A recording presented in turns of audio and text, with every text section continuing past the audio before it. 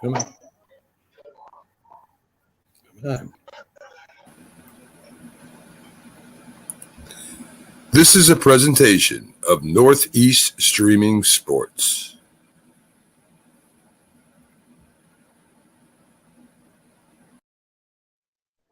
Yeah, to you, Jack.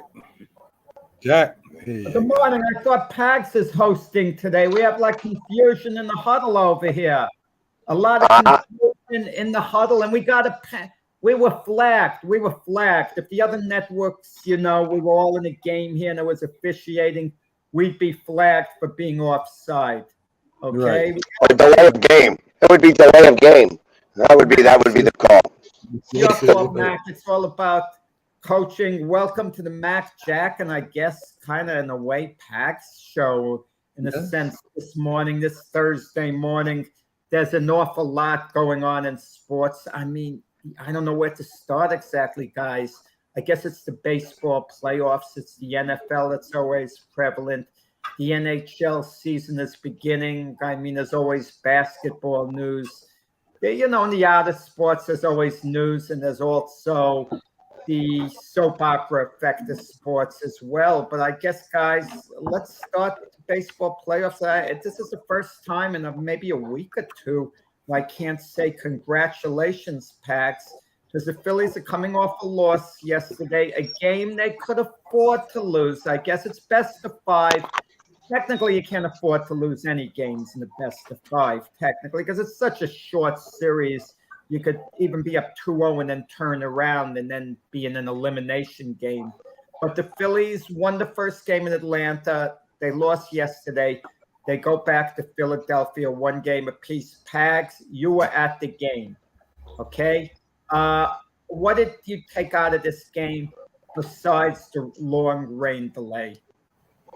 Well, I actually, let's go back. If I go back to the first game, because I was at both games, and the first game I thought we needed to take. I thought that Atlanta would come in a little bit rusty.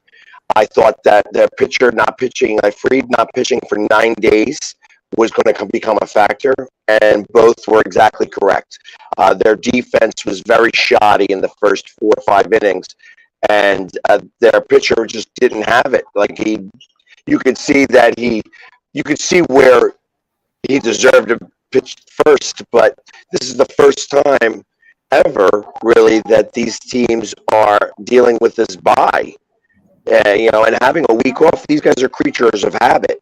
So I thought that the Phillies being able to play against the Cardinals was going to be a benefit for them, and it was. However, that the Braves, even in the 9th inning, I didn't think it was 100% done, and I was right on that too, because they wind up scoring 3 runs, and if it wasn't for Nick Castellanos catching that ball, after the second out of that inning, we may have lost that game. It may have been like the first game, like the Astros, where the Astros wind up winning it in the walk-off fashion. So I was happy we were able to get away with game 1. In game 2, I mean, both pitchers were pitching lights out, and then they had that one. Wheeler had one get away from him, and it hit Acuna. And once that happened, I think it rattled Wheeler a little bit, and then secondly, there was a 7 or 8 minute delay as Acuna was getting his hand checked out. And I think that process really affected Wheeler. And he then had a 6-pitch walk right after that, gave up a hit, and they scored the first run, gave up another hit, scored the second run, and then, another walk and then another hit. So it really was, I think, that one pitch that got away from him that caused the downfall of the game, because after a little teeny bit of static. I'm sorry, but I think that was really the cause of it all, like him hitting Acuna and that little bit of delay as he sat there on the mound for 8, 9 minutes, and then got back to pitching, and he just wasn't the same pitcher after that. Now let me call you out on something. You're saying these ball players are creatures of habit. They have to be on an exact schedule. I'm not arguing that, but you're pointing out, well, Atlanta had the layoff because of the bye, so it favored the Phillies. But look at the other three series. The teams with the byes won the opening game. Houston had to come back and win in dramatic fashion against Seattle, a crushing defeat for Seattle, who was winning all game. And then it kind of gets stolen from them in the last bat of the game, Alvarez hitting the 3-run homer. But the layoff didn't seem to affect the Yankees. But then again, you could argue they did fall behind early in the game before getting it together. And then the Dodgers beat the Padres in the first game. The Padres evened up the series in the second game. But 3 of the 4 teams with the byes did actually win the opening game, except for the Atlanta Braves. Well, and I thought that Atlanta also was a little upset about the fact that they had to play early in the day, and that's in their heads a little bit where they do not play well during the day. You know, I think that there was a stat going around there that was they're 3-21 in day games. That's not a real stat, but it is something that was affected. You know, I think it affects them, and I think that it's in their head a little bit. You guys, if you're a Mets fan today, how are you feeling? Are you mad? Are you disappointed? Are you just fed up? Check every day, show me cigarettes as a reminder. Fans. But I'm going to tell you, Mac, I don't think the Met fans are even relevant right at this moment with the playoffs going up. I think they kind of are checking out for the time being. I think they're so fed up they don't even want to think about baseball right now. It's like you're kind of fed up. Like it's like leaving your job at the end of the day and going home. Sometimes you don't want to take the job home with you and think about it at this moment. But of course, the great thing about baseball, guys, is as soon as these playoffs end, baseball is still very exciting. It's relevant because of the free agent signings, the potential trades, what a team's going to have to do. But in answer to the Mets, I think they're going to do something big, you know, with their owner, Steve Cohen. They can't stand pat anyway because Jacob deGrom's a free agent. Edwin Diaz is a free agent. You know, they're going to have to address. Did DeGrom opt out? DeGrom is. He said all along he was going to opt out. You got to believe he's going to opt out because he'd be owed $63 million for 2 years. Let's say he does opt out. At the very least, there'll be a team that'll give him that again. Even the Mets, if he opt out, they'll say, "Come back. We'll give you the 2 years at the same 63." So I don't think DeGrom is taking a terrible risk at opting out. The very worst that would happen, and it's unlikely it happened, he'd lose a little money, not a tremendous amount. You know, a little, you know, when I say a little, a few million isn't a little, but when you consider when there are many millions, then a few million is actually a short percentage. What do you guys think? First, Mac, and then we'll get Pag's reaction. Best 2 out of 3 now between the Phillies and Atlanta. Who would you go for, Mac, if you had to pick someone? I guess I'd go with Atlanta. I mean, I think Atlanta's got a better overall team than the Phillies. The Phillies, of course, I think got more power than Atlanta. But I'd probably go with Atlanta. Same here, Pags. So I like the fact that we have Nola going, and then that Atlanta is much better at home than they are on the road. So I'm hoping to rely on that a little bit. I wouldn't be surprised if there was a split in Philadelphia. I think that we would win Game 3 with Nola. I do not know how Game 4 is going to go and who they're even going to pitch. I know that they are, going to have a very short hook for anybody who's after Nola or Wheeler. So I'd like to be able to hope that we don't go back to Atlanta, but it's going to be a tough series. I knew that this was going to be a long series. It was not something that was going to be able to be quick. We were going to have to, do it. And had we won yesterday, I would have said that, the series would have been over in Game 3, that we were swept. But the fact that we did not win, I think it's possible we go 5. I'd like to see us end it in 4, but I just don't know that we have the pitching to do that and win both games. Nola's got to go very deep, if not do a complete game, and then hopefully that rests up the bullpen enough to be able to really go after these guys, because the bullpen did a great job in the last 2 games. But I mean, even Zach Efron gave up 3 runs, so almost gave up the game. The Philly Good morning, bullpen. Good Philly morning, David. bullpen. Good to see you. Have you in? Haven't seen you in a while.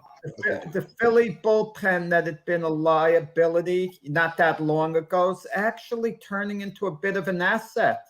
That has to be a pleasant surprise for the Phillies. Yeah, I think that Sir Anthony Dominguez went in and pitched lights out for 2 innings. I mean, I was really impressed that he has not been pitching well up to that point. So the fact that he was able to turn it around against the Braves was great. He pitched 17 pitches in 2 innings.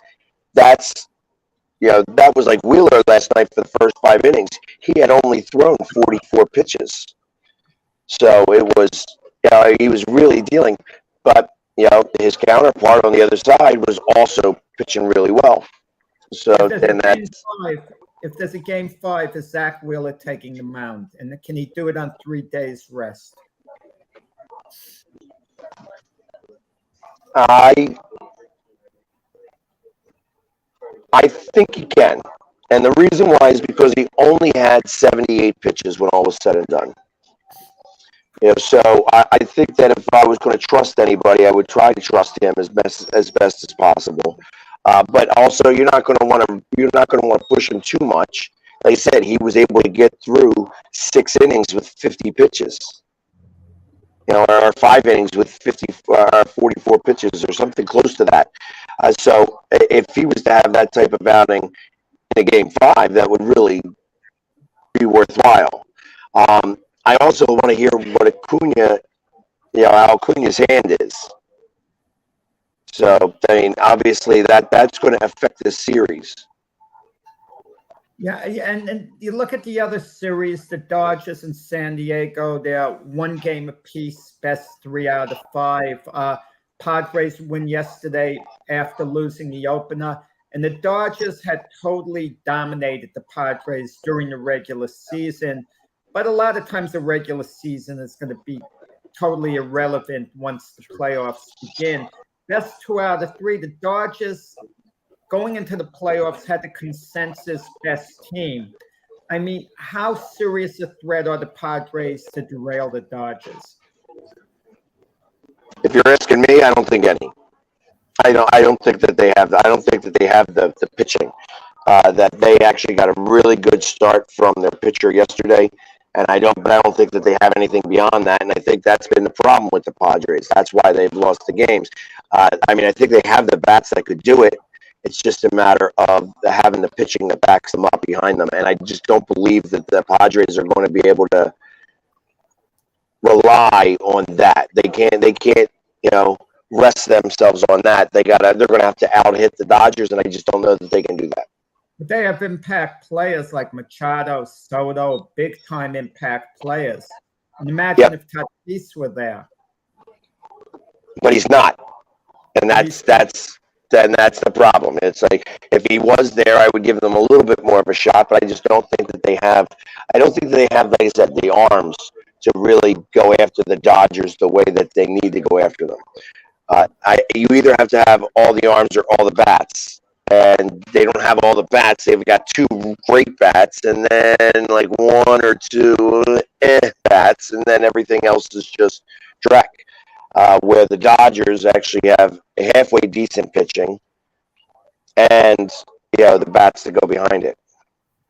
And what about guys in the American League? Houston wins game 1 against Seattle. They play again today. The 2 games that take place today, Houston and Seattle, and Cleveland at the Yankees. Houston, it looked like they were going down to a surprise defeat. And like I said earlier, best 3 out of 5, you can't afford to lose any games. And had Seattle beaten Houston, it would have kind of looked very good for the Yankees. They would have had it on their mind. Wait a second. We can beat those guys, Seattle. All we have to do is take care of Cleveland. We have a much clearer path to the World Series than if Houston was in the way. But Houston, of course, comes back. They win in dramatic fashion. And guys, and maybe Mac, you could talk to this. The nature of the way baseball is played, they used to let starters go very deep into games, but now it's like bullpen by committee. And that's what Seattle did. But at the end of the game, they brought in their starter, Robbie Ray, to get the final out. And even though Robbie Ray's I think the number 2 starter, Robbie Ray's not a reliever. And he gives up the home run. I mean, what did you think of that move? I think it was crazy. I mean, I don't like the bullpen by committee to begin with. I think it's hurt baseball a lot. You got, your starting pitcher has always been your star, has always been the one that will be there for you in the tight games. I just don't like the bullpen by committee at all. So, bringing in a starting pitcher, I don't know if that was a bad idea or not, but he did give up that home run. So I don't know, Jack. Horrible idea. I said it when I looked at him, like, why are they changing pitchers? I understand that he was getting himself in a little bit of trouble, but I just did not think that they should have changed pitchers. They had 2 outs. Just like, go after the guy. If he's going to hit the home run, he's going to hit the home run against your closer. So instead, he puts in the starting pitcher, and now that guy is shot. That they lost the series in that one at bat. Just that one at bat, they lost that series. That series is done now. It's already in their heads. How do you continue that series if you're Seattle? You're playing today, and you're thinking we should have been up 1-0, a chance to go up 2-0. Even if it's 1-up, we're going back to Seattle. We have a real chance here, and it's like you're telling the guys you have to win 4 games out of 5, basically, at the end of the day, if they're thinking as if they won that game. It's as if Seattle won that game, but they said, guys, now we changed the rules. You have to win 3 of the next 4 on top of this one. It was, there's something, speaking about closer by committee, that Paul O'Neill once said that stuck to my mind watching a Yankee game. You bring in all these closers or all these guys, even though Robbie Ray's not a closer, they used him as one in that situation. You bring in all these closers by committee. It takes just one guy to screw it up. You come in with 5 additional guys. 4 could be great. If one guy screws it up, he just doesn't have his stuff, everything collapses around you. But Houston does win the game, which they were losing from start to end. They were up 1-0. I mean, they're on their way to the American League Championship Series against, I don't want to say the New York Yankees, even though they won their first game. They're up 1-0, best of 5, because there's a little history in best of 5 going back to 2006. The Yankees played the Detroit Tigers in the playoffs, and the Tigers were pathetic entering the playoffs.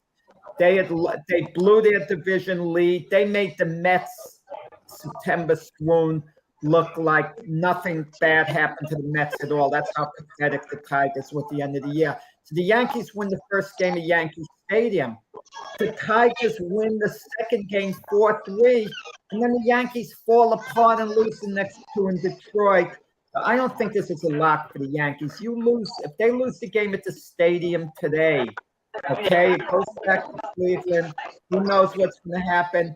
And remember this, in Joe Girardi's last year as Yankee manager, they played the Indians in the playoffs. The Indians won the first 2 games, best of 5. The Yankees won the next 3. As Yogi used to say, it ain't over till it's over in that series. But with that said, it was a nice win for the Yankees, especially considering that Mac always puts down Garrett Cole, who pitched solid in Game 1. Mac, what do you think of Garrett Cole's performance Game 1 for the Yankees? Hey, listen, I take my hat off to him. I mean, he did a great job, right? All those pitches were working. His knuckle curve was unbelievable, right? I mean, his knuckle curve, they were swinging when the ball was in the dirt. So, I give credit where credit's due. I think Cole showed that he is why he is the Yankees ace. Yeah, these Yankees ace. The thing is with Garrett Cole, the only thing you can complain about is not how he's pitched since he came to the Yankees. In itself, you could complain how he's pitched according to the contract at $36 million a year. He's underperformed a little. Like I say all along, I joke around. The Yankees paid to get Roger Clemens, but they wound up getting Andy Pettitte. That's not bad. That's not the number one, ultimate ace, the shutdown guy you want. They've just gotten a very good pitcher, in Garrett Cole. But there was a little talk about maybe the Yankees would flirt with the idea of starting Nestor Cortez in the series in Garrett Cole game 2. But you can't really do that, I think, when you have an ace. Like with the Phillies, who's considered number one? Wheeler, Nola? Nola. Nola's no kidding. Outside of Philadelphia, yours truly, I look at Wheeler as being a little more of the ace, a little more. I hear you, but I think that Nola has been the longevity, like, number one here, and I think just because of that alone, that he's usually the one facing the other aces on the other teams, and that just that alone makes him the number one. Let me ask both of you this question. Now, this is interesting. Mac mentioned the Mets before. Let's detour back to them. They started their championship series. Buck Showalter had Max Scherzer go game 1, Jacob deGrom go game 2. No one talks about this. Jacob deGrom, he might be a little ticked. Oh, you don't consider me the main guy. Scherzer got all this money in the contract last year. You don't consider me the main guy. And now that it's done with, deGrom did win his game. Was he deGrom-like in game 2? No, not really.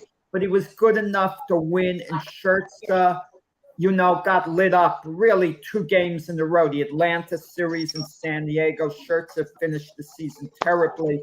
deGrom at least finished it on an up note. So does that play into deGrom's mind that he was maybe insulted by Showalter not having him start the series, having Scherzer start it instead? I don't think he was insulted by it. I think he might not have been happy with it, but listen, Scherzer is a great pitcher, right? He throws strikes, and and deGrom sometimes, gets a little wild with his pitches. So I think it goes off performance during the year, and to me, Scherzer had the better year than deGrom. Well, deGrom was injured, but you have to consider. Sure. But they're not. Yeah. I think that it is going to play a little bit of a factor, and I think. I've been saying all along that I thought deGrom was going to go to the open market, and I think that he would wind up somewhere else, and I thought that the Phillies may go after him. So it's possible that he winds up going somewhere else. Mac makes a good point where he says, well, Scherzer had the better year, so he more or less deserved to have the opening game. But I could throw this at you, Mac, as devil's advocate. Scherzer, it was his first year with the Mets. deGrom has been there for his career. So deGrom could figure, look, I've earned this right more than he has. He's kind of the new kid on the block. Maybe deGrom likes Scherzer a lot on a personal level, and I'm sure he admires him a great deal as a pitcher. But when you're the man, you're of that team, and then the manager's deferring to someone else as being such, you might think, okay, you don't show me the ultimate loyalty. I could look elsewhere. But with the Phillies, maybe they look towards deGrom maybe Justin Verlander. Because Ms. Auger both like 1471 in Charlotte.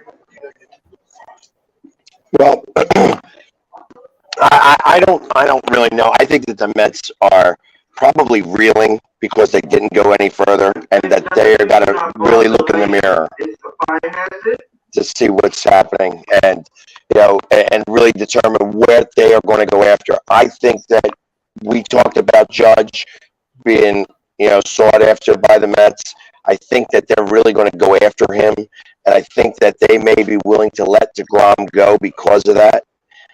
So it's going to be a very interesting offseason when it comes to the Mets.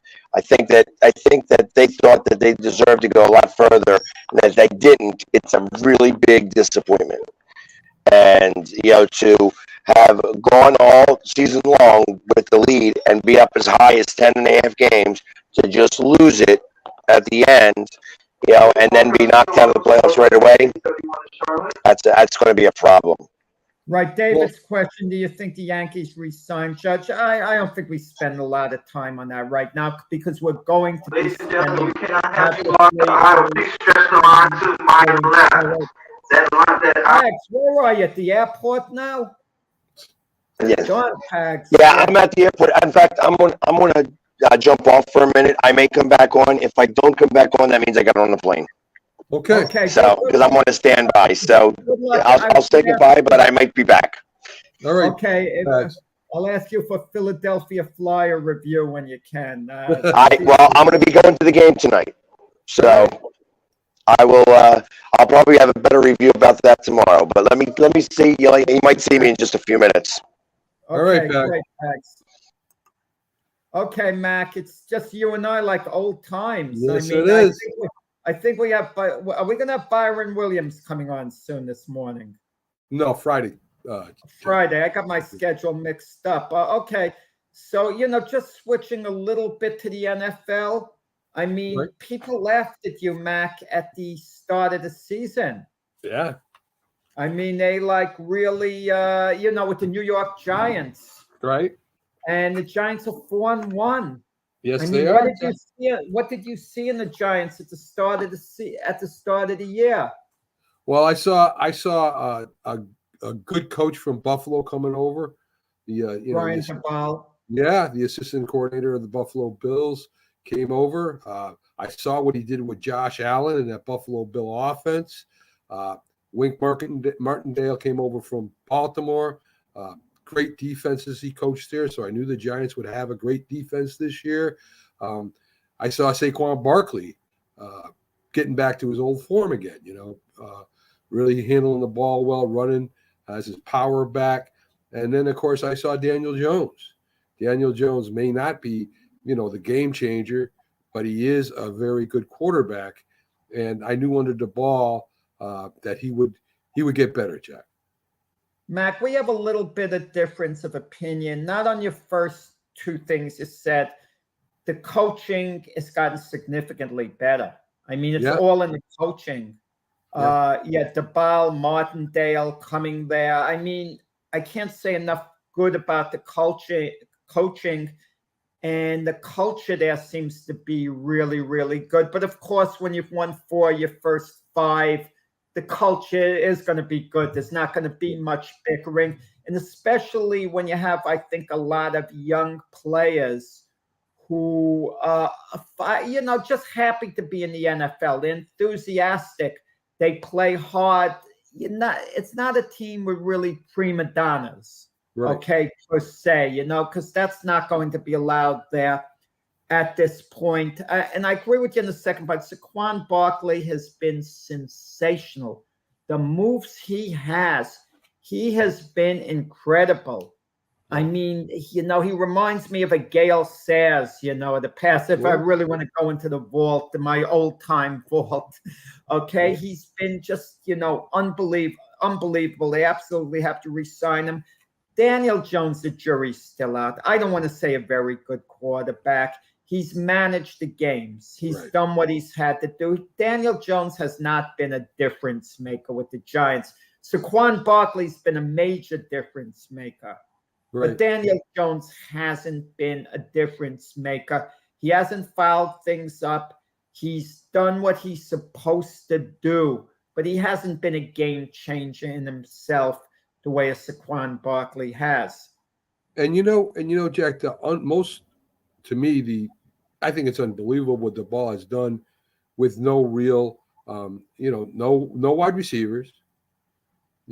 His tight ends are brand new and trying to figure things out.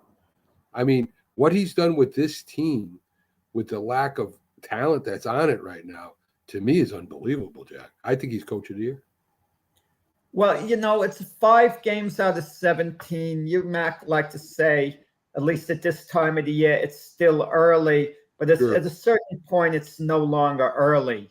Right. Because 5 of the 17 games have gotten played. And I think certain teams have to start doing it now. Otherwise, the season can get away.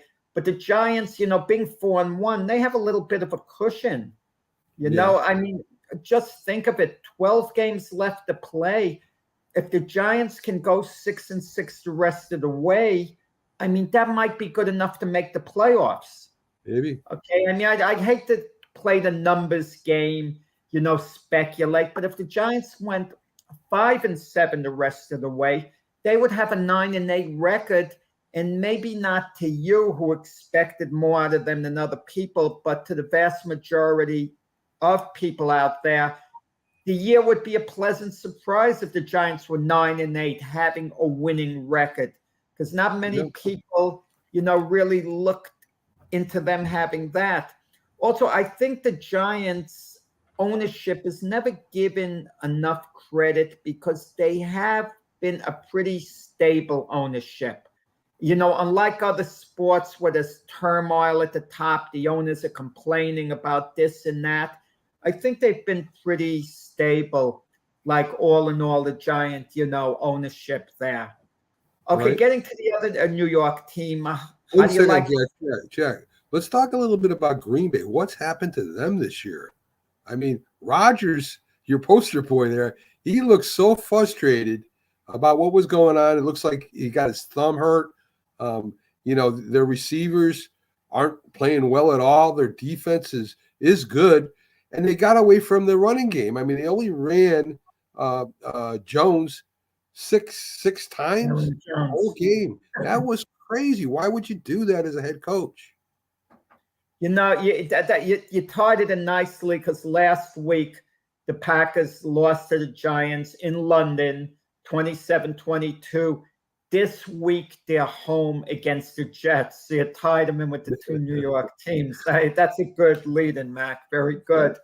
But I'm going to tell you, with all the turmoil that's going on with Green Bay, they're talking about, Aaron Rodgers, his receivers, they're 3-2. Right. They're basically in the mix there. They just have to play steady the rest of the year and start peaking by the end of the year, and they can be fine. Think of it, 3-2. It's not like they're 1-4. They're not even. It's not like they're even 2-3. They're 3-2. But with that said, they were expected to beat the Giants, and especially that last drive of the game where they were, taking the ball down the field, where you'd think Aaron Rodgers' teams of the past would tie it up against the Giants. The Giants stopped their drive at the end, to basically win the game. And I think that was the big problem. Davante Adams going to the Raiders. The big question was, when Davante Adams signed as a free agent to go to the Raiders, who would miss who more? Would Aaron Rodgers miss Davante Adams more? Would Davante Adams miss Aaron Rodgers more? Well, right now it's about a tie. Davante Adams very much misses Aaron Rodgers. Derek Carr was his college quarterback, but they're not clicking right now with the Raiders quite the same way they did when they were in college. And talk about Davante Adams' problems. He was charged with a misdemeanor felony, a misdemeanor assault, because after, the last game against the Kansas City Chiefs, he pushed the photographer who fell or something. You know, he was leaving and was the photographer he thought was in his way, and then he apologized. And it was in Kansas City. And I think the police maybe, I'm not sure whether they embellished things a little bit by reporting, the victim didn't sustain any serious injuries. He wasn't going to sustain serious injuries with a shove from Davante Adams, highly unlikely. You know, so they were stating what would appear to be obvious on the surface. But, I mean, what the heck's a misdemeanor thing? They're not going to put him in jail for that. Come on. That's carrying it a little too far. You know what? I think how you settle it out. Davante Adams pushed him. It shouldn't have. Davante Adams signed a big free agent contract. Let Davante Adams open his checkbook and write out a check for 50 G's. Hand it to the guy. And the guy would probably figure, okay, it's a wash now. You had no business shoving me. I resent that, but I'll take these 50 G's and I'm going to buy myself a new car. I mean, who knows? Well, he's got a lawyer now, Jack. So he's got himself a lawyer. So I wouldn't be surprised if they're going to ask for $1 million or something from this guy. But that's insane. Yeah, because he shoved the guy, you know, going out and on an impulse as he's leaving. Did Davante Adams leave and specifically go to the guy to shove him angrily? There's a difference involved. If the guy is standing in your path and you say, kind of get out of my way, like you're mad, and the guy's you feel is infringing on your space that moment, you have no right to put your hands on him regardless. I agree 100%. That's totally out of line. However, there's a difference involved. I want to hear the guy's got a lawyer. He's trying to get I don't know if that's the case, but if they're trying to get $1 million, that's insane. I mean, I would sue a guy for trying to sue me for $1 million for that. That would work out too well. But listen, Jack, he's got a lawyer, so he means business. And if I was Davante Adams, I'd be scared to death right now. I'd be scared he's gonna get my pocket. So we'll see what happens. That's insane. It doesn't make sense at all. And I'm going to tell you something. If I'm a team, and I'm the Raiders, and they can sue my guy and collect that amount of money, photographers standing right on top, I would expand the area and have all media way out of the way, nowhere close to the bench. And then if they started complaining, I'll say, I'm sorry, this is what it has to be from now on because it's so and so. You're not gonna tell the NFL where to put their cameras, Jack. Listen, I'm trying to think. If I'm covering a boxing match and the boxer's leaving right after a fight that he lost, and I'm standing in his path and he shoves me with his glove to get out of the way. Okay? What am I really going to do? First off, I'm going to think, was I in the guy's path? Where he's very bitterly disappointed. He's really down. And, you know, sometimes a guy's in your way and it's like, get out of my way. You know, you have to keep out of a guy's way when a guy is down and out because he just suffered a defeat like that. I don't know. But with that said, Davante Adams absolutely was in the wrong. Was in the wrong. There should be some type of action taken beyond just an apology. Okay, you know, and like I'm saying, Davante Adams, who's paid millions and millions of dollars, you know, should do something like pay a modest fine, you know, something like that for the action. And the guy who got pushed, let him have that money, the modest fine. But that would be about it. Ain't gonna happen. That ain't gonna happen at all. The lawyer's gonna go after them hard. I think Davante Adams should pay $1 million for that. I mean, that's the least he could do. This guy is working. This guy is working for a living. He's trying to get a picture of Davante Adams. Granted, he shouldn't have jumped in front of him like that, but you got rights as a person. You can't just go around shoving people. You have no right to jump in front of someone, especially. I'm not saying he had a right to do that, Jack. I'm saying that's part of his job. His job is to do that. So if Davante Adams doesn't like that, don't play. That's all I can say. Well, it happened at the end of the game, and so be it. But with Green Bay, what I just said a moment ago with Devontae Adams, Aaron Rodgers misses him terribly, because he was his one big weapon that he'd go to. And he just hasn't gotten on the page with his receivers here. It's been a problem. I mean, and you could look at things and say, well, has Aaron or Rodgers slipped a little bit in his performance? I don't think so. I think so much has to do with the running game as well. And Aaron Jones just didn't get a lot of carries with the Packers. You just pointed out. And I think it's a question of just getting it together, Mac. I think it's a question of getting the chemistry down. Yeah. And it's something the Packers just don't have right now. And will they get it straightened out against the Jets? New York has two football teams. The Giants are 4-1. The Jets have also been a pleasant surprise at 3-2. But the Jets are playing at Green Bay this week. People are bound to draw the comparison game. If the Jets lose to the Packers, they're going to say, well, the Giants beat the Packers. But I think the circumstances are a little bit different, Mac, because the Giant-Packer game was played in London. No one had home field advantage for that. But the Jet-Packer game is in Green Bay. So Green Bay always has an advantage when it's in Green Bay.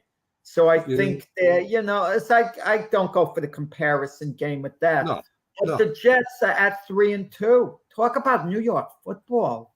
Yeah. I mean, think of both teams exciting. Both teams were bottom of the barrel last year. They were so irrelevant, and now both are relevant.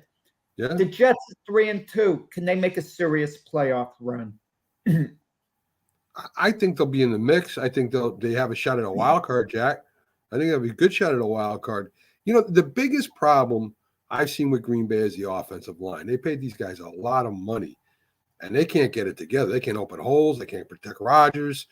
They can't do it. I think the Jets are going to take big advantage of it. I see the Jets winning this pretty big, Jack. I think they'll win something like 20-6. I think that would be my prediction with that. Yeah.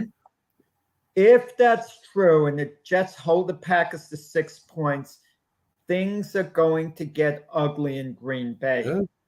Because for the Green Bay Packers, anything short of a serious Super Bowl run is going to be a failure.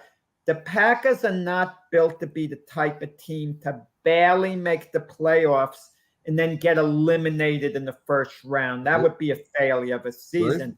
A team like the Jets, to just contend for a playoff spot this year, even if they don't make it, that would be a success.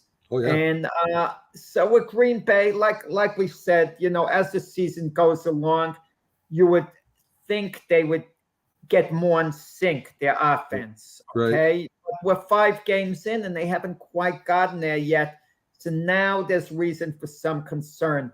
Now with the Jets, I'm going to tell you something, Mac, and I've went on record as saying this on our Sunday football show. 2 years from now, I mean, it's a bold prediction. I'm predicting the Jets are back in the Super Bowl. 2 years from back in the Super Bowl. After 57 years? Yeah. Okay. I don't know, Jack. I don't know. I don't think they'll go to Super Bowl for a while yet. If they get there, it'll be great within 5 years. Listen, they got an exciting young team right now, and the Jet fans should be going out of their minds. Zach Wilson seems to be the answer. I mean, I kind of said that he wasn't that good, that he was, he throws a lot of interceptions, but man, this guy is tough. He's more accurate than I thought he was going to be. He's a very good leader. I mean, they look up to him already. So, the Jets are looking really good, Jack. Like I said, I wouldn't be surprised if they stomp Green Bay this week. We'll see. Well, I'm going to tell you with the Jets too. You take a look at their roster. They have got some dynamic young players, impact players. Breece Hall, their rookie running back, their 4th overall pick in the draft. He's been a sensational runner for them. He might turn out to be one of the best runners in the NFL. And Michael Carter, who was there last year at running back, he's a great complement.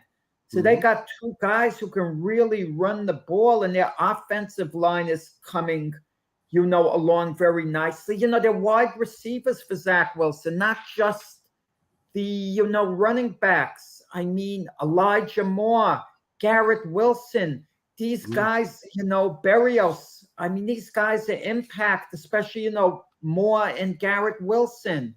I mean, these guys can be major impact receivers. I mean, they're sensational talents. And then you just look at, their defense, which is coming along really well. I mean, and, Sauce Gardner, he's far and away their best corner since they've had Darrelle Revis, and he's been absolutely sensational for them. So I'm going to tell you, the Jets are onto something where Robert Saleh, their head coach, I mean, he has them playing with such enthusiasm. There's a joy to the way the Jets play. But with that said, even though they beat the Dolphins 40-17, it fell apart for the Dolphins. It was so ironic, Mac, in the Dolphin-Jet game. Tua is out with the injury concussion protocol. He's obviously out. Teddy Bridgewater, like the first play of the game? He's put out for the rest of the game. And now they're in with their third string quarterback. And let's face it, teams are not supposed to beat you with their third string quarterback. If the Jets were going to lose to the Dolphins' third string quarterback, heaven help them down the line. Yeah. But well, the Jets. Speaking of third string quarterbacks, how about Zappe? Wow. I mean, this kid has got something. Got a good arm. He's accurate. He's a great manager out there of the game. No mistakes. Of course, the Patriots got a good defense and running game, and that helps them out a lot. But I told Keith, in the beginning of the year, watch out for this kid. He may take over as a starter. We'll see. Let's wait and see, Mac. I'm not excited about him like you are, for the simple reason it's been 2 games, okay? Right. It's been 2 games. The first game he came in against Green Bay, he just didn't make any mistakes. He didn't really do anything. His statistical line may have looked okay, but he didn't really do anything but try to play mistake-free, and the Packers did win that game ultimately. Yeah. And last week, they beat the Lions 29-0. And like you said, the Patriot defense was superb. They ran the ball well. Zappe played well. He did what he was supposed to do in that spot.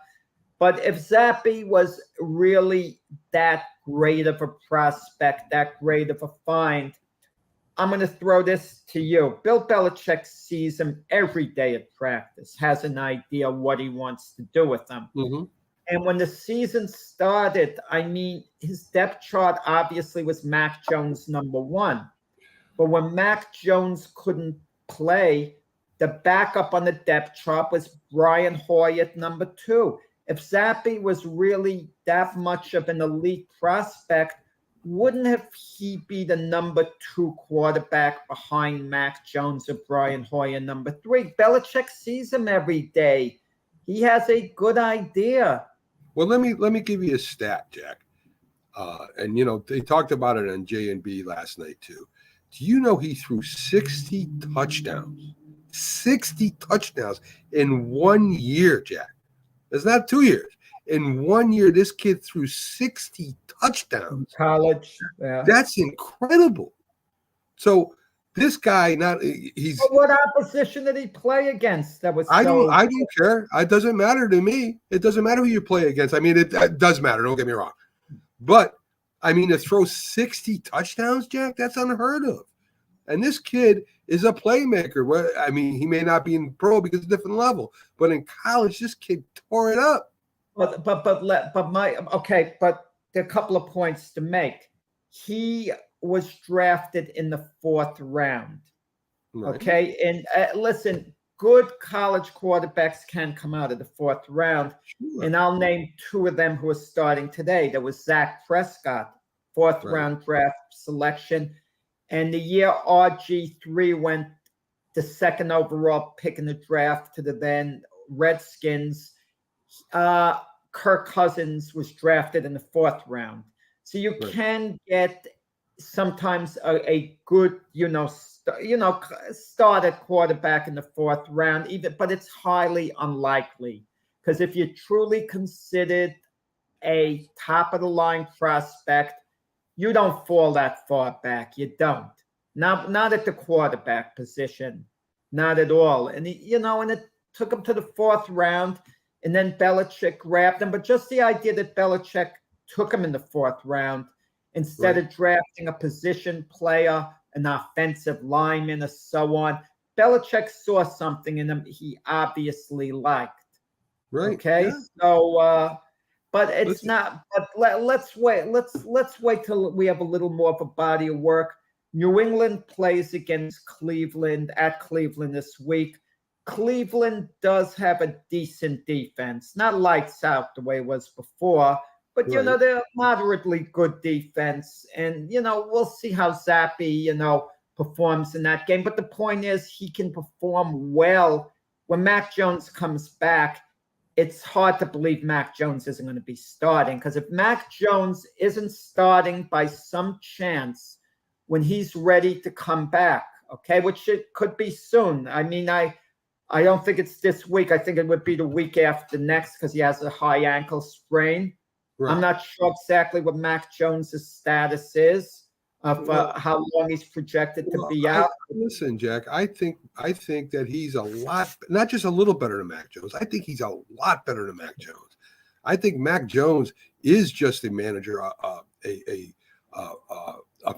field manager. That's all I think Mac Jones will ever be. He may be a good second string quarterback. He probably will be maybe the best second string quarterback in the league. But there is no way that I should say there's no way. I just believe that this kid is a winner.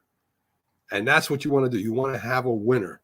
He went to Western Kentucky, Jack, in 2021. He's not a kid that was playing down with the little guys like we were thinking. He's in Western Kentucky, a pretty good school.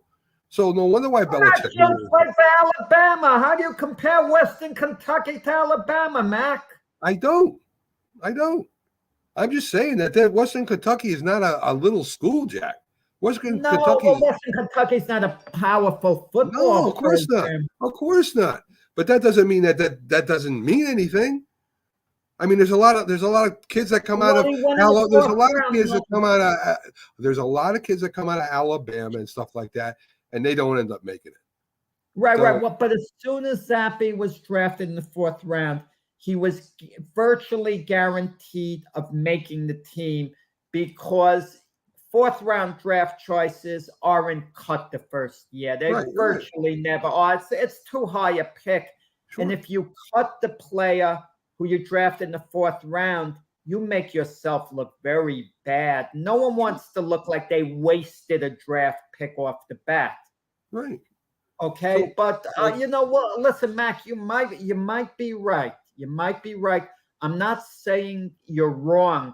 I'm saying let's not get too carried away right now. It seems like you're ready to hand him over the starting position for Mac Jones. Yeah. Okay, let's say that happened. You could be proven right. Maybe he will turn out to be better than Mac Jones. Again, I'm not saying you're wrong. I'm just saying I'm taking a wait and see attitude. I'm not nearly as excited as you are about him. Yeah, you know what I would do, Mac? He's playing well. I'll move him ahead of Brian Hoyer on the depth chart, and Zappe will be the number 2 quarterback and Hoyer number 3. I'm good with that. This way Zappe's promoted, but you have to let Mac Jones know he's a starter. He had a good rookie year last year, but if Zappe becomes a starter, what do you do with Mac Jones? And I'm not talking about this year. Mac Jones is going to be with the Patriots the rest of the year for sure. Did the Patriots keep Mac Jones as a backup? Did they let Zappe and Jones compete for the starting position? Or wouldn't other teams be interested in Mac Jones? Wouldn't there be a team out there that would at least give a second or third draft choice for Mac Jones, who really is somewhat proven now as a starter?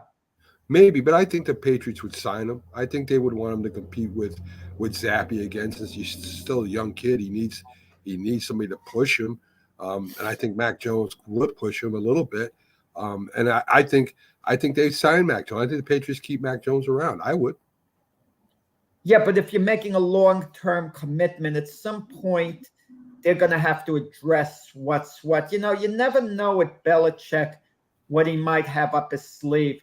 Everyone likes to talk about Jimmy Garoppolo, you know, and somehow he's with the 49ers again, and the 49ers should be thankful he's stuck with them. Oh, yeah. You always wonder what's going to be with Jimmy G going forward. Wouldn't it be ironic if he spends the rest of his career with the 49ers? He somehow survives the turmoil. This is a guy who was virtually out the door completely. Right. And somehow he stays with the Niners. That would be incredible, because they have some decision to make with Trey Lance injured. Trey Lance comes back next year. How do you just give Trey Lance the starting job? Maybe the Niners are stubbornly going to do that. They're going to say to Trey Lance, "You're the starter. And that's the way it's going to be." But the point with Jimmy Garoppolo, what I was going to make, wouldn't it be ironic? Bill Belichick, who liked them a lot, spoke to Robert Kraft, and they made Garoppolo a big offer, and Garoppolo comes back to the Patriots. I mean, that would be something, but that would mean they didn't have the full faith in Zappy the same way you did. There's a game tonight, on Amazon. This is a really exciting game, Mac. I mean, this is a reason to subscribe to Amazon. The Washington Commanders against the Chicago Bears. Yeah, two teams that pretty much going nowhere. I mean, the Commanders I think are the worst team in the NFL right now. They got the worst quarterback. They got a good defense. I think that it's just going to be a bad game, Jack. I still think Fields will turn out to be a good quarterback eventually. I think he's got, the makings of a franchise quarterback, but wow. I mean, I'm not staying up late and watching this game, Jack. That's for sure. Mac, we talk about head coaches on the hot seat, quarterbacks on the hot seat. Yeah. The Washington Commanders are franchise on the hot seat. Yeah. Not that they're going to be gotten rid of, but they are. Come on. But getting back to coaches on the hot seat, I'm going to tell you something. I don't like to see anyone lose their job. I really don't, unless their behavior is so over the top. I just don't want to see people lose their job. But admittedly, certain coaches in certain situations where you kind of just have to move on from them. And such as the case, maybe it might be getting to that point with Ron Rivera. Now, Ron Rivera is an established coach. All his years with the Carolina Panthers. And now Ron Rivera, he's just not getting it done with the Commanders. I know the year before last they won their division. They won their division with an outstanding 7-9 record, okay? But they were division champs. But there's a franchise that's not going anywhere. Mm-hmm. And he made a comment some days ago, well, what's wrong with the Commanders? And he says, well, it starts with the quarterback, something. And that was perceived as maybe him criticizing Carson Wentz. But then he met with Wentz and they kind of cleared the air. Listen, the Commanders were hoping to catch lightning in a bottle. They remembered the Carson Wentz of his early years as the Eagle quarterback when he was very, very good. You could say outstanding in a way with the Eagles early on. And they were hoping they'd get that Carson Wentz. They weren't considering the Carson Wentz in his latest stages at Philadelphia, the Carson Wentz at Indianapolis. They thought they can rehabilitate Carson Wentz. But guess what? They haven't been able to do it. Carson Wentz is just another guy. Maybe Carson Wentz will wage a comeback late in his career and really get it together, really, because you never know. Listen, I'm not discounting that.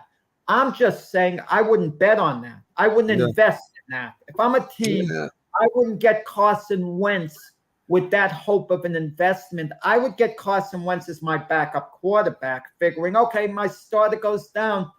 Maybe he gets it together and he's a little bit of the Carson Wentz of old. All right, Jack. With that, we'll take a quick break. Remember, Jack, it's a quick break. I'm gonna be on. You're gonna be probably the first minute or two on your own, Mac. When we come back. That's fine, Jack. Okay. I mean, you can see right now, without LeBron, Lakers are struggling. Let me tell you about a team I hate, all right? I know the Dallas Cowboy fan is here, so I had to make sure he knew how much I hate this team. I'm ready. I've often said that the people who run baseball, they try very hard to ruin it. I'm from Brooklyn. I don't have a problem saying it to his face. Oh, I'm from Brooklyn. Hey, guys, any...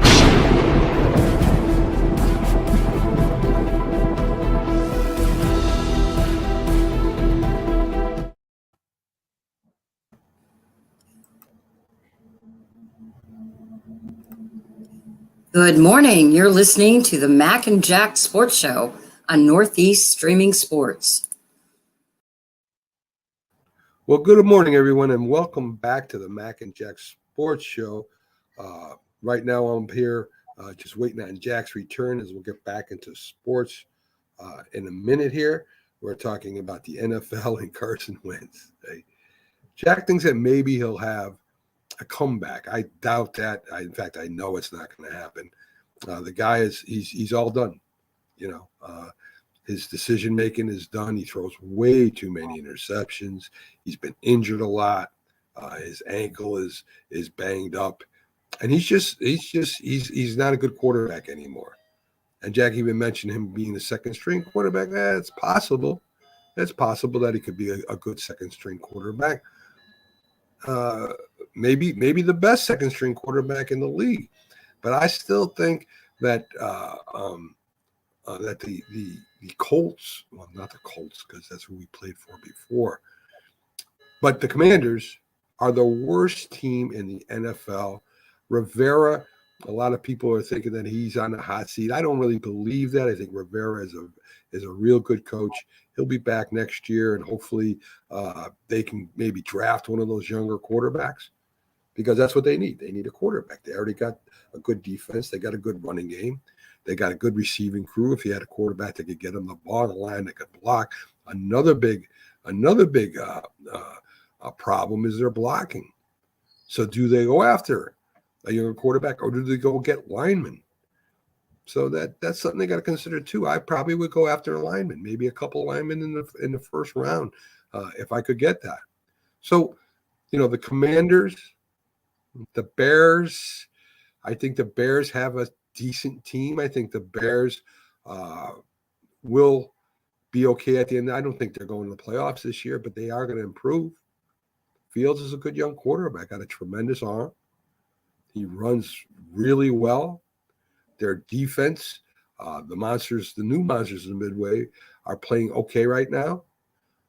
They do have a decent running game, and of course, Fields is probably their running game right now. But they'll again upgrade their offensive line needs some help again. What do? Do you go after a big receiver? I don't think so. I think you got to go after your offensive line. The game is won in the trenches, guys. We all know that. If your offensive line ain't blocking, it doesn't matter who you have at quarterback or running back. And Jack is back, so we'll be able to pick up maybe where we left off, and maybe we'll move on a little bit. I was talking a little bit about the Bears, Jack. How Fields, I think, will be very good in the future. I think he could even be a franchise quarterback. He's got a great arm. Of course, he runs really well. They need help on that offensive line, and I think in the draft, this upcoming draft, that's where they got to go, Jack. It's funny about old time football compared to this era. In this era, you have to have a mobile quarterback. In the past, you wanted your quarterback to stay in the pocket. You don't want him staying in the pocket, too long in this era. And thankfully, Justin Fields is very mobile. And the way the Bears set up their offense, they don't have him pass much at all. I mean, if you look at the amount of his pass attempts per game, they're normally down compared to other starting quarterbacks in the league. And it's a work in progress. I don't know how good Justin Fields is going to be. He was a bit inconsistent at Ohio State, a bit inconsistent. And, you know, and the Bears, you know, they had a lot of faith in him. They traded down with the Giants from number 21 to go to number 11 to pick him up. And they're very much committed to Justin Fields in the long term. And we'll see. I mean, they need a lot of work, you know, the Bears. And we'll see what happens with them. Mac, the NBA season is starting, you know, to come upon us. Before we know it, we'll be there. The NHL season. I don't know what the NHL season, I'll be honest. I'm not the biggest hockey fan. I like hockey.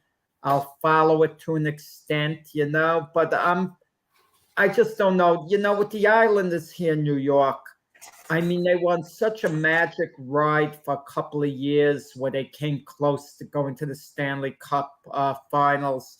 And then last year was a real disappointing year where they didn't even make the playoffs. But we're not sure with the Islanders.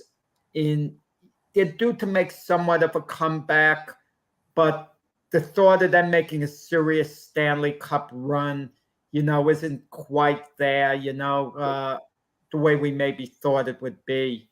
But the NHL season, you know, we'll see how it plays out. You know what's interesting about NHL players, especially stars? The amount of money that they sign for compared to other sports. We're hearing things about players signing 8-year, $73 million contracts. Star players. Yeah. I mean, star players are making like $9 million a year. Yeah. I mean, and compare that to other sports, Mac. I think it has to do with the revenue, right, Jack? I mean, they are considered in the top 4, but they really don't have the revenue they used to. I mean, they've never had any revenue. The union works really well with management to try to play these players. And even with ESPN2 covering them, they really don't make a lot of money. They got loyal fans that go there. The ticket prices are not really high. So, I mean, you got what you got. So I think the hockey players are committed to their teams, committed to winning. And it's just the funds aren't there, Jack. I mean, I think maybe you have to be right in that point, but I think the players kind of buy into what they can get. I think in the other sports, especially the NBA, the players tend to get a little spoiled. Oh, all you're doing is offering me $20 million a year. I mean, in hockey, they're thinking players, wow, if I make $2-3 million a year and I can play 5 years, you know, I could leave this sport with after taxes with like $5 million. I could be set for life. I could then invest that money. They're thinking the way the middle class person thinks. That's their mentality. It's not a prima donna mentality. You know, like to go out there and make the big money. Oh, I'm going to get myself like 8 sport cars, this and that. And it's just a different overall mentality, you know, that they're going to have. And but with the revenue not being there, they do sell out the arenas oftentimes too. Yeah. But again, the ticket prices are not that expensive, Jack. And, you know, you would think even with playoff hockey, you would think the prices would be way up there because there is no other sport that is more exciting than you know, hockey, than playoffs in hockey. But you know, with that loyal fan group, it's still very small, Jack. It is. But and the carryover too with Canada, much more of an impact, you know, for what it means to the league. For example, Major League Baseball can drop the Toronto Blue Jays, for example, and no one will care around the league. But in hockey, if the Canadians, the Edmonton Oilers, you know, the Vancouver Canucks, and on, if you drop them from the NHL, you're taking the heart and soul out of the NHL to an extent. Yeah, I agree. You know, with that. that's the difference involved, like the carryover. and there's so many Canadian players playing in the NHL, so many foreigners playing in the NHL. It's kind of like a different culture. And even with the players involved too, just their mindset is different. Hockey players are so much more approachable than other athletes. Sure. Them boxers and maybe the two most approachable type athletes, in their attitude. Yep. But with the NHL, it didn't completely take off on ESPN. ESPN tried to market it. I think what the NHL needs a certain stars with a certain personality to maybe really attract the young fans, like the YouTubers. Like you take a Jake Paul in boxing, get a Jake Paul type hockey player where the young people are going to flock to. And Mac, pretty soon the NBA season, is going to be underway. We're well into the preseason too. And I'm going to tell you, with the NBA, I've never seen so much parity around the league as the way I see right now. I mean, there's so many teams that can win it. Yeah, definitely agree with that. And you got the Lakers. It looks like Anthony Davis so far is healthy. The 76ers were always in the mix.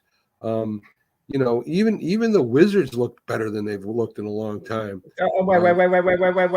I got to cut you off, Mac. What do we – I'm talking about teams with a shot at the championship, and you mentioned the Washington Wizards. Well, I got to – what the heck are you talking about, Mac?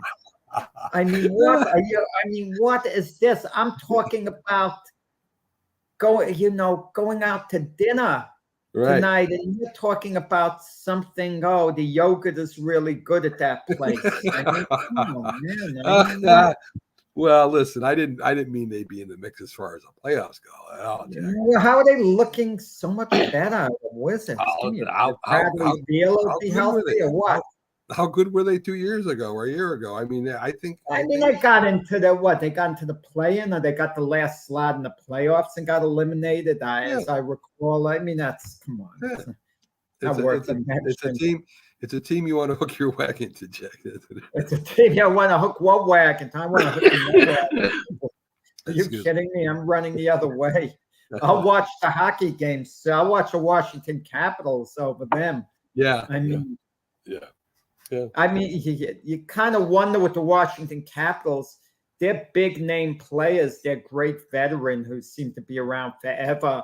One of the greats of all time in the NHL, Alexander Ovechkin, and him being from Russia and what's going on with Ukraine. He's like I can understand him being handcuffed, not where he doesn't want to talk about it. Because if you got relatives in Russia, and you're starting to talk very heavily against the war there, it's if your relatives are there or whatever, family, and you feel they could pay the price, you being outspoken, sometimes you just have to be quiet. I'm not one of these who say, well, he should speak out firmly.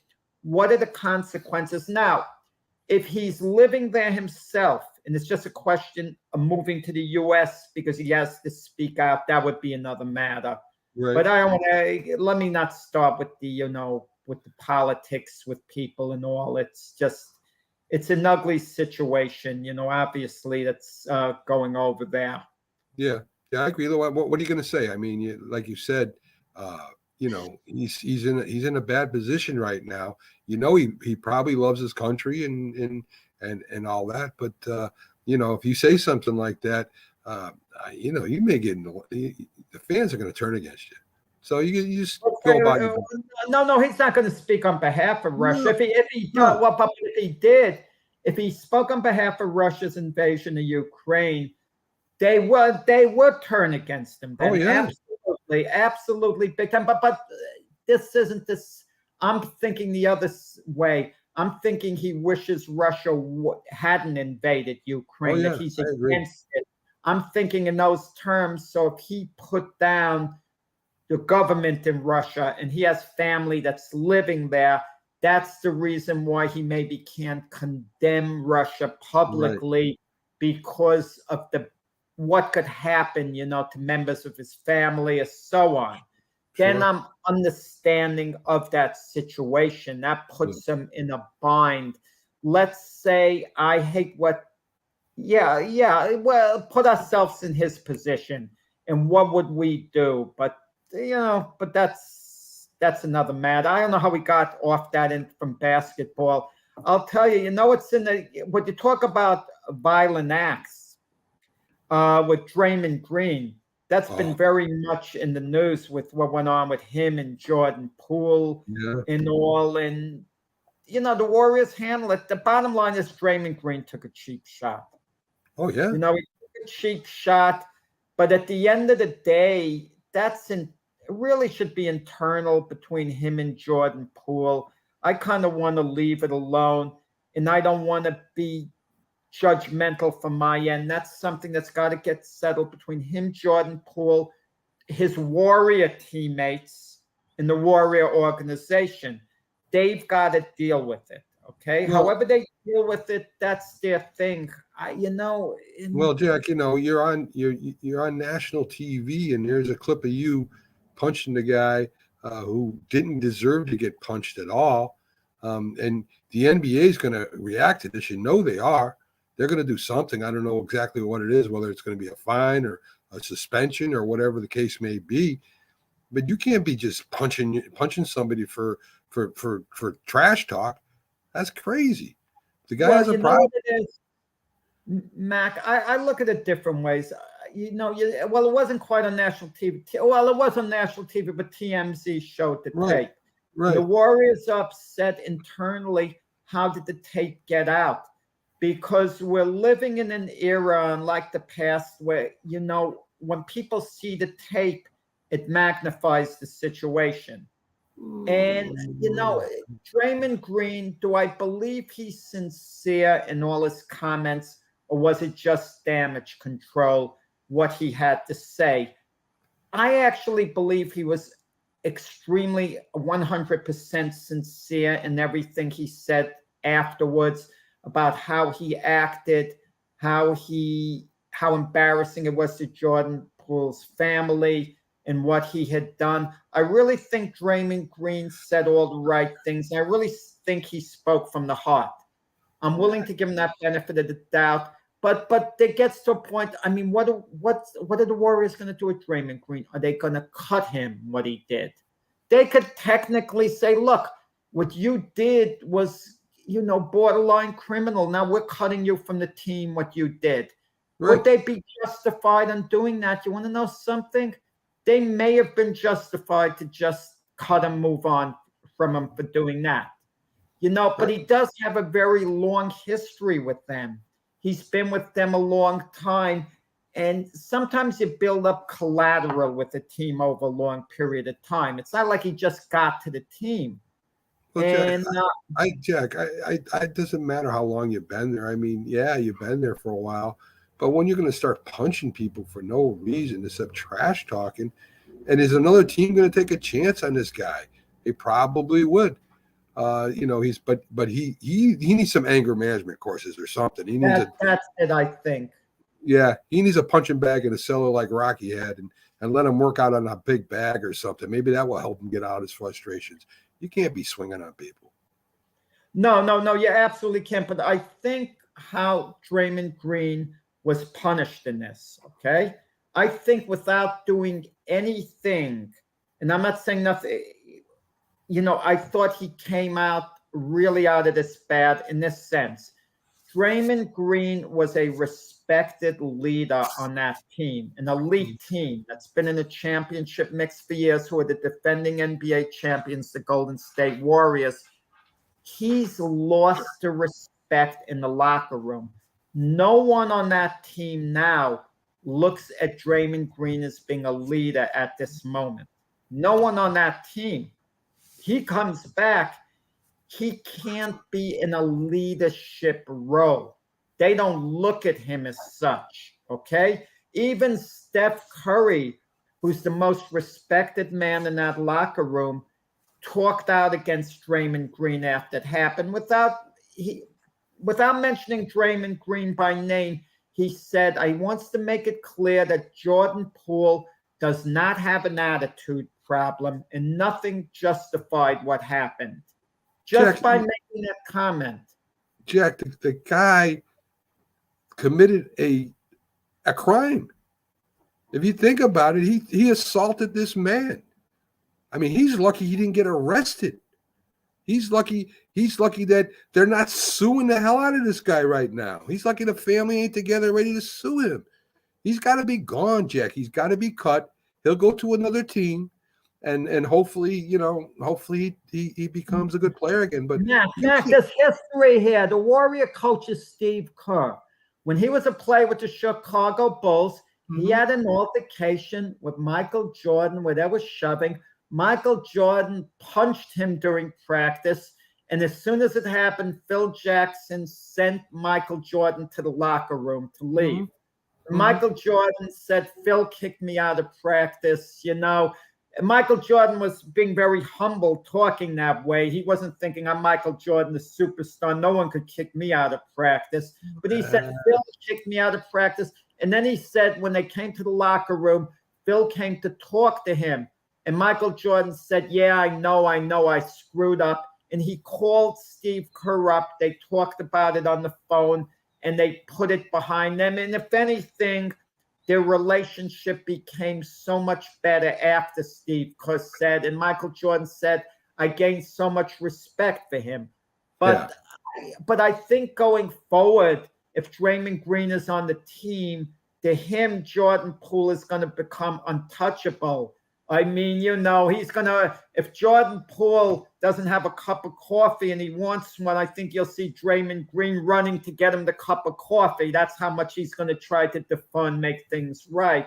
But like you say, he had throwing that punch was bad. Imagine he hurt Jordan Poole, it was an unfortunate mistake, but I think the respect that Draymond Green lost in the Warrior locker room and around the league, those are the consequences that show he didn't get away with anything, and there were repercussions.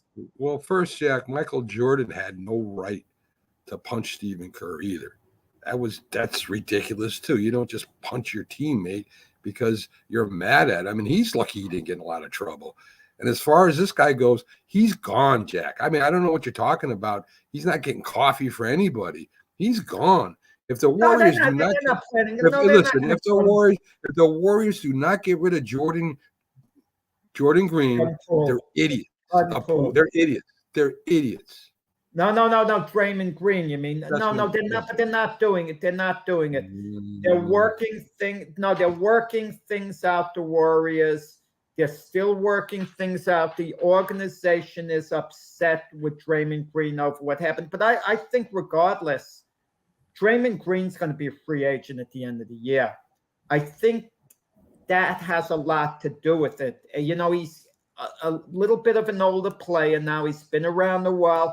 For the type of money he's going to command, to my way of thinking, the Warriors aren't looking to invest in Draymond Green long-term anyway. Even if he was the most solid citizen of all, I don't think they're looking to re-sign him. The only way they will re-sign him if they got a home team discount. Draymond Green already is probably thinking there are teams out there. Notably, I heard the Detroit Pistons might be one who, he would want to play for, who might offer him the type of contract he wants at the end of the year. So I think they're looking at Draymond Green is a player with 1 year left with them, and Jordan Poole a player with a lot of years left. Listen, and that has a lot to do with the discipline. Mac, I'm going to give you another case. Jack. We're going in circles here. That's why I'm you're gonna say it's no big deal that he got hit, that he should suck it up. No, it is a big deal. I'm telling you, this guy is a criminal and he's got a problem and he needs a lot of help. But a lot has to do with the player status. Okay, a lot has to do with the player status that determines the amount of discipline the team uses against him. I'm going to give you a case in point, Mac. Take the Yankees with Adonis Chapman. Chapman misses a practice. Yankees keep him off the postseason roster for at least this round and maybe the whole postseason roster. And why did the Yankees keep him off? Because he's been terrible the way he's been pitching. If it was the old Chapman that was lights out, their main closer, they wouldn't have kept him off the playoffs for this round because he missed a practice. What they would have done was fine him $50,000, given him a reprimand, tell him how disappointed they were in him. They can't have this happen again. If it happens again, then they're going to have to take action. But no, this is the Chapman who's been dreadful. That has nothing to do with what we're talking about, Jack. Chapman is a pitcher, and unless he starts whipping the baseballs at people or something, then you got a point. Chapman has nothing to do with violence. He's just a pitcher that's lost it. That's all, Jack. Mac, you're missing the point. I've moved on from the Draymond Green Jordan Poole incident to Chap. I'm talking about the amount of discipline what teams are normally going to deal with a player who acts up a certain way. Like Antonio Brown, when he left the Buccaneers sideline, and let me get another way. Colin Kaepernick, during the time he would take the knees, and no team would pick him up after that because Colin Kaepernick, by that point in his career, was basically a fringe starter at best. Best. Probably a good backup, but maybe a fringe starter. You could argue, we could debate that back and forth. But if that was Patrick Mahomes taking knees, you better believe Patrick Mahomes would be on the roster as the starter. The team would put up with any repercussions from the fan base, and the fan base as well, as mad as they may have been over what he was doing, they may have been a little more apt to put up with something they didn't care for. That's what I'm trying to say. It has to do with performance. Sure. The big stars, like we mentioned, Michael Jordan hitting Steve Kerr. You wouldn't have gotten rid of Michael Jordan if you were the Bull organization, Mac. And you would have said, well, he had no business doing this or that. Let's get rid of him. Let's get rid of him and get a number one draft. Because if you would have said that, Mac, you yourself would have be given no credibility at all. People would have laughed at you. Maybe we sent him to the Chicago White Sox a little earlier. I don't know. You tell him you tell him to play baseball a little longer, maybe, and then come back and let this blow over, Mike, and then we go on, to the next thing. But with basketball, we talk about a preview with the season coming up. Quite frankly, I'm getting tired of hearing the Lakers. When we talk about a preview who can win the championship, we always hear about the Lakers. But with that said, the Lakers did already win an NBA championship with LeBron and Anthony Davis, but they were so pathetic last year, they couldn't even make the play-in. Yeah. So I don't want to hear what did the Lakers exactly do in the offseason to turn it around. Maybe having a healthy Anthony Davis. But is he going to take them all the way from not even making the play-in to an NBA championship? I don't know.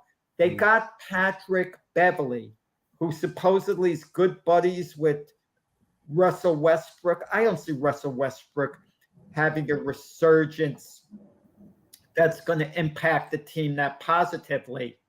I just don't see that happening, Mac. And are the Lakers going to be back in the playoffs? I mean, there's 6 teams. They'll be back in the play-in at least, I would think. Yeah. But I'm not as high on them as other people. And there's another team in LA. They're the Clippers. I mean, Kawhi Leonard was out a good part of the year last year.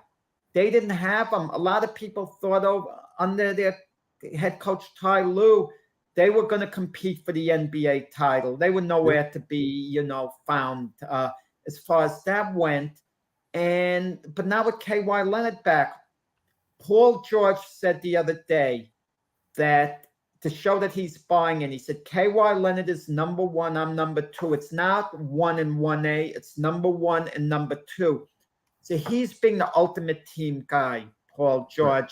He's appealing to K.Y. Leonard's ego and saying, look, we're not the two stars on the team. You're the man. I'm the main backup here. Right. And it helps their relationship, him putting his ego on the side. And maybe the Clippers finally this year will get it together because they always seem to be an underachieving group. But with that said, I think the NBA is dawning on a new era with teams. I'll tell you that Minnesota Timberwolves deal, they gave essentially 9 players to get Rudy Gobert. 9 players, essentially. Well, I mean, 7 of them are in draft choices. 2 of them were, with players, and useful players, they gave away like Malik Beasley, and to get all those number 1 picks, swap picks in addition. Minnesota gave away a ridiculous amount, you could say. A ridiculous amount. But if they can make one NBA Finals because of this deal, then you would think it would be worth it. That's the ironic part about it. And to get Rudy Gobert and team him on the front line with Karl Anthony Towns, that's a pretty formidable front line. And then with Anthony Edwards, their great rookie from last year, and D'Angelo Russell make the improvement. Think of those guys on the floor at the same time. Those guys are going to be able to compete seriously with anyone. So the Timberwolves, as crazy as it seems, I think they're going to be my pick to win the NBA championship this year. Or maybe I haven't come up with my final picks, but I think they are going to come out of the West. Okay. Listen, I still think the East are better because they got better defenses than the better defensive game than the West has. I mean, they got the defenses that shut you down. It's okay to score. It's great to score, but if you can't stop the other team from scoring, you're not going to win. So I really like the East Division this year. I'm not sure who's going to be coming out of it as a number 1 team. I think there's probably 6 or 7 teams. You mentioned Cleveland is one of those. I think they're a real good team this year. They give a lot of teams a lot of problems. But it all starts with defense, Jack. You've got to get that ball, turn it over, bring it down, easy basket, and that's how you should be playing basketball in this day and age. Well, even like you mentioned, defense in the Cleveland Cavaliers, underneath Jared Allen, Evan Mobley, they're ready defensively. I mean, they're good there. And getting Donovan Mitchell and getting that one big impact piece for the Cavaliers are good. The Donovan Mitchell thing, the Knicks somehow couldn't close the deal. Yeah. And I think a large part of the problem was that the Timberwolves changed the landscape. They gave up so much to get Rudy Gobert. And now, if a team's trying to get Donovan Mitchell, the Utah Jazz are thinking, well, Donovan Mitchell is at least as good as Rudy Gobert, probably a little better, probably a little slightly more valuable. So we should get at least as much for him. So the price was really, really high. And it's easy to say, well, if the Knicks got him, but then, you got to give up RJ Barrett, top in all your number 1s. And it was a tough fit, a tough fit, but the Knicks couldn't quite close the deal. It seemed like they were close for a while, that they were front runners, and, it just didn't happen. Yeah, but, Jack, you think I'm crazy, but I think the Knicks are going to be very formidable this year.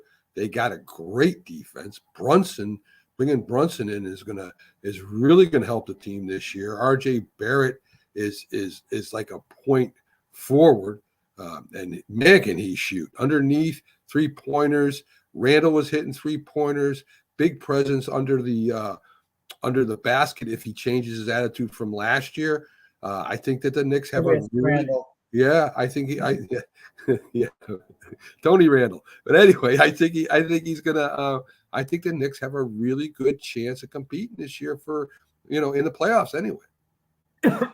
Well, playoff teams are top 6, right? And I won't discount it completely. The Knicks the Knicks slipped from a number 4 seed the year before to not even getting in the play-in last year. My feeling is they'll do something in between. You know, if I had to make a prediction on the Knicks right now, I'd say they'll wind up being a play-in team. Okay. That would be my feeling. Top 60 East is tough. I mean, you know, you're talking about Milwaukee, Cleveland, Boston, Philadelphia. You know, the Knicks necessarily better even than the Atlanta Hawks. The Atlanta Hawks really a team that never quite took the next step. No. You thought from a couple of years ago, Trae Young is on his way to being a star in this league, one of the big names, and he really hasn't been. I mean, Trae Young,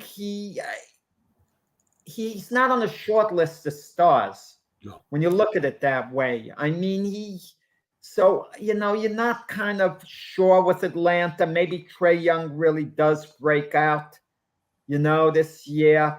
But with the Knicks, so much is going to depend on Julius Randle, and that makes me uncomfortable. Yeah. I mean, what happened to him last year? It's like he didn't seem to care. I don't know what he was thinking himself, and I'm not saying he didn't care. I think there was a clash between him and Thibodeau. Right? Thibodeau is a hard line coach. Randall didn't really want to hear it last year. I think this year he falls back in line, and that he becomes a leader. I think he can be a leader of that team with his defensive prowess. So you know, I think the Knicks, maybe you're right, maybe it is a play-in, but any way you can get in is great. And Atlanta, they don't have a defense, right? We've been talking about defenses. They got Trae Young. They have Collins there. They have no. I wouldn't say they don't. None of their coach Nate McMillan. I mean, I would say that. I mean, you know, Trae Young is a good basketball player. I don't think he's great either, like you're saying. I think they're going to have their problems this year again. I don't think they'll make the playoffs again this year, Jack. Yeah, I mean, I don't know with Atlanta. They're an intriguing team. I mean, a couple of years ago when they upset the 76ers in the playoffs, you know, you would think they take the next step, which was last year, and they really did. And then there's the Milwaukee Bucks, who, if you want to make a conservative prediction, who's going to come out of the East, a conservative prediction, they would be the conservative choice. They're like the safe choice. Not that they're anywhere close to being a lock to do it, because they're nowhere near being a lock to win the East. But they seem to be one of the more stable franchises in the East. There's stability with Giannis, Middleton, Drew Holiday, you know, their coaching staff, their ownership. They seem to be stable there. Unlike the Nets, who are walking soap opera every day. Yes. The Celtics, who are competing with them for the soap opera pages now with their coaching, you know, position. And I kind of wonder whether there's going to be discontent with Jaylen Brown this year. Jack, they're the only team I can think of in basketball that truly has fun playing the game. They have a ball. I mean, they're out there with the fans, they're signing autographs, they're laughing, they're joking. I mean, that team, I know they play for money, but I know they love basketball. And that's I really enjoy watching. Yeah, well, they have a superstar who seems pretty down to earth. But I'm going to tell you, Giannis said something some weeks ago that did disappoint me. A little bit. He was speaking honestly. And, you know, sometimes it's better not to say anything, even though you're being honest about it. He said he could see himself at the end of his career playing for the Chicago Bulls. Because I think that may have been a team he followed in childhood when he was a young man on the way up. Sure. And, you know, I didn't like that because, you know, you picture Giannis, he signed with the Bucks before they won the championship. He said he doesn't want to go anywhere else. This is his town. This is his city. He loves his city. And he rewarded them with a championship. And they love him in Milwaukee. And I even remember Giannis going to the Milwaukee County Fair, just as a regular guy. Of course, security was walking all around them because they know Giannis just showing up, walking in the fair. The crowds would have been a mob scene around them. So they wanted to give him a space. Can you imagine, Mac? I sometimes think if I was in these guys' spots and I wanted to do something like a regular person, can you live life as a regular person? Let's say Giannis wants to take a drive somewhere, just go into the supermarket and just shop. Can he ever do that in peace? I mean, I'm sure they do that a lot, but Michael Jordan wanted to go to the zoo ever, take his kids to the zoo or something. Can he ever just get in his car, get out, just spend the day without, being, I don't want to use the word harassed because you know what I'm saying. Can these guys do that at all? Yeah, overwhelmed. If you're a regular NBA player, you can do that stuff, right? Nobody knows who you are. You just go grocery shopping, whatever you want to do, amusement parks, because people really don't know you. They don't, they may not have even watched any of your games. But if you're a big NBA star, you got to expect it. That's and frankly, that's what you get paid for, right? You get paid for all the hassle and all the things that come along with being that star. You're on commercials, you're doing short stories or whatever. I mean, this is what you get paid for, and this is why a lot of them are stay in their homes, which is kind of sad, right? You want to go out. I would hate that. I mean, for all the money you're given, to me, that's a drawback. Because, like I said, you like the simple things to be able to go to the supermarket. Look down the aisles, and even if no one approaches you, you're being eyed. People are like looking at you, this and that, and then you're behind the counter and everything, and you're giving your credit card in, and you want someone tries to steal your credit card or this or that. You get into your car. I mean, you're just looking around you. They had a recent documentary with the Yankees Dodgers. This was from 1977. The World Series, and after the Yankees won it and Reggie Jackson hit all the homers, he said he bought his car in New York and drove it to Los Angeles. Well, you drive it to LA, you're not doing it in one day. You have to have stopovers, hotels. I mean, you're Reggie Jackson. At that point, you're famous. And you just check into a hotel, they're doing like double takes. You're going on the thruway, Mac. You're getting off, you're going to the bathroom, you're getting a bite to eat, you're sitting there by yourself. It's like, you kind of like wonder, like, does it bother them, Well, they're stars. They're stars, right, Jack? So, I mean, when they go somewhere, they end up, buying time, buying that day where they can go out and try to enjoy themselves. So like Elvis Presley did, he was a superstar too. He had to go and, he had to buy the hotel floor or whatever he wanted so that nobody would be around him. So, I think Jack, that this comes with it. You've got to accept it. And, it's just too bad. No, it does. But in a lot of cases, they do travel alone, believe it or not. There's not like security around. A friend of mine once told me, he came back from Kennedy Airport and the luggage, they're trying to retrieve their luggage, when it goes around the belt. And standing amongst the people was George Steinbrenner. Wow. To get his luggage. And, and my friend got a big kick out of that. Wow. That's great. And there was another time, a buddy of mine, this was many, many years ago, obviously, he owned his own cab. Who got in his cab? Howard Cosell once, and he's talking sports with Howard Cosell. And Howard Cosell, let's face it, he wasn't the nicest guy, but he was friendly enough with my friend. But he said to my friend, could we change the topic? Can we talk about the Middle East as opposed to sports? And my friend said, look, I don't get how I co-sell my cab every day. I don't want to talk about what's going on in the Middle East. I want to talk about sports with you. Sure. Yeah. I mean, that's something else. But with the NBA season, it's intriguing. The Nets soap opera, that's going to be dominant in the New York pages, of course, with Kyrie Irving. I'm going to go out on the limb, even though Kyrie won't be able to help himself. and he'll say something controversial now and then. I think he plays hard the whole year. He gives 100% effort because he knows the rest of his future in the NBA, for the most part, it comes down to this year. Yeah. I mean, if he wants the big contract next year, I mean, this is it. And I think he's going to want to leave the Nets at the end of the year, give it his all, and that'll be that. And I don't think Kyrie can help himself, Jack. I think he's going to say something really stupid or negative about the team or the owner, and he's gonna mess himself up again. I listen. I don't think Kyrie likes basketball. I think he kind of puts up with basketball. He shows up, kind of walks around, gives up at the end of games. I've seen that happen.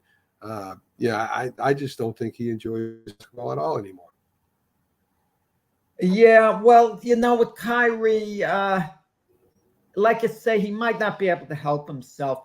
One of the players who has to find a team pretty soon would be the OBJ, Odell Beckham Jr. And Odell Beckham Jr. had a resurgence last year with the Rams. They won the Super Bowl. No, was he the OBJ of old? The one from the Giants? No, that OBJ was a mega star here in New York, and now he's no longer a mega star, and I can't see him ever becoming one again. But he could still conceivably be an elite receiver. For all we know, he could have a resurgence the way Saquon Barkley has with the Giants. It's possible. I don't think so because he's an older player. But he can be a top-of-the-line receiver still, coming back from the injury. And teams are bidding on him. And the Rams want him back because he was a big difference maker for them last year. They need someone to help out Cooper Kupp at the receiver position. But the Rams made a mistake. They lowballed him in their original offer to come back. And OBJ says he's insulted. We don't know what the offer was, and the Rams aren't releasing it. But he may have thought, a player my caliber, you're offering me the money that a backup would get.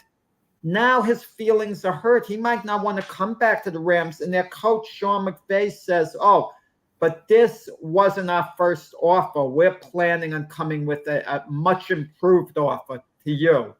Why didn't you just give him your darn best offer to begin with? Come back. And now you let other teams get in the mix. Jack, OBJ, I don't even like call him that. Beckham Jr. He's a good receiver right now. He doesn't have as much speed as he did. He's more of a possession receiver. He caught that one ball in the end zone. Everybody thought that he was the MVP or something as he's holding up the trophy and kissing it. He's okay, Jack. He's a good receiver that has good hands, and the Rams. Go get what you think you can get. I wouldn't offer him that much money. You come out, you play ball, earn maybe incentives. Maybe I give him some incentives where if he catches so many touchdowns, he gets more money. But other than that, OBJ is just a good receiver, Jack. Yeah, but, a lot of times I wonder with players, if they just bought in and stayed put, how would their career have turned out as opposed to forcing their way out of a situation? If OBJ was really considered to be a good model citizen, played hard, did what he wanted for the Giants, you got to believe he would still be on the Giants. But with that said, he wouldn't have had a Super Bowl win to his credit, okay? Right.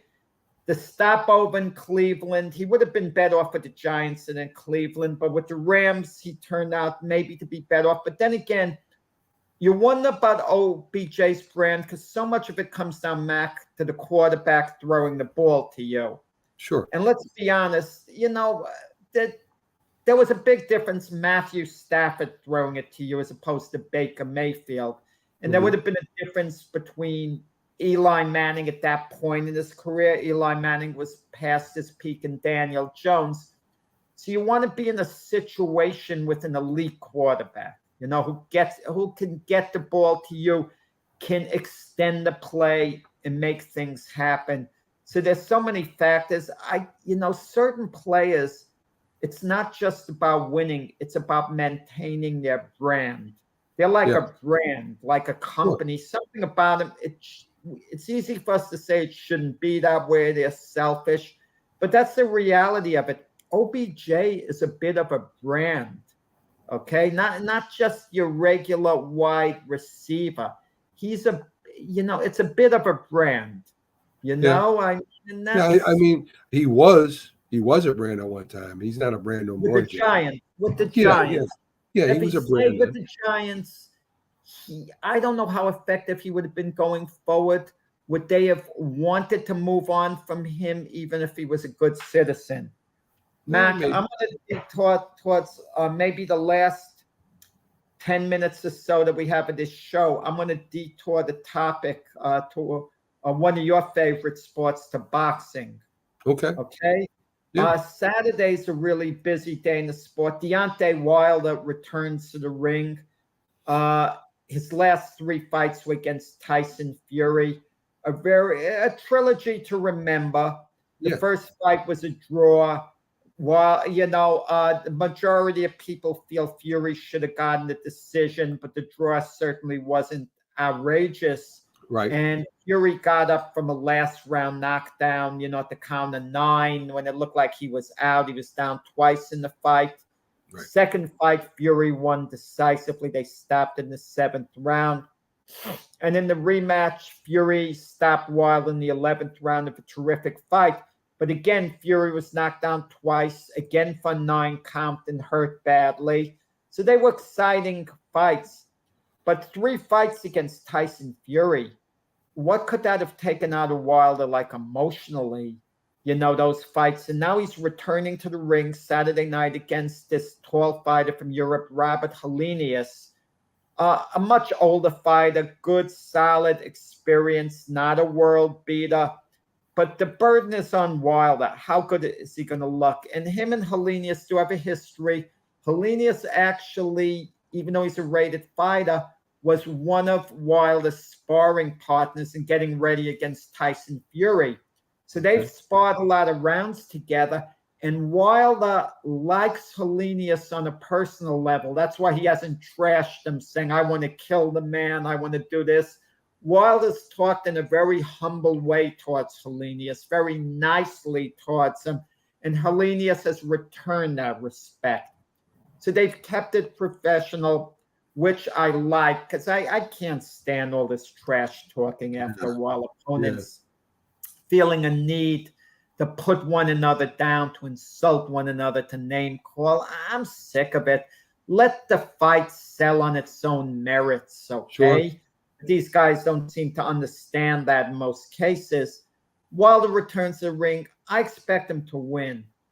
The feeling is he's going to stop Helenius at some point. And I tend to agree with that, even though push for prediction, I'm going to go the conservative route, feeling Wilder's going to win a lopsided decision. Right. Somehow Helenius, I think, is going to be very defensive in this fight. Wilder's lost. I don't know what his weight's going to say, but he seemed to thin out a bit. I don't know, is he going to be as devastating? Okay. But all eyes are going to be on Wilder. How do you think he'll fit in with the heavyweight division still? I think he's probably top 6 at least, Jack. Right? I mean, the power. Yeah. Not much of a boxer. Got a pretty good right hand. He's got a dynamite in his left hand. Reminds me a lot of Joe Frazier. So, I think he's going to do really well. I think he stops this guy. I think he knocks him out, as a matter of fact. Well, I don't know. Well, the comparison to Frazier style-wise, they're nothing the same. I'm just. But some people consider Wilder one of the hardest punches in boxing history. They'll go that far. Yeah. I think we're maybe getting a little carried away with that. But listen, he has been devastating.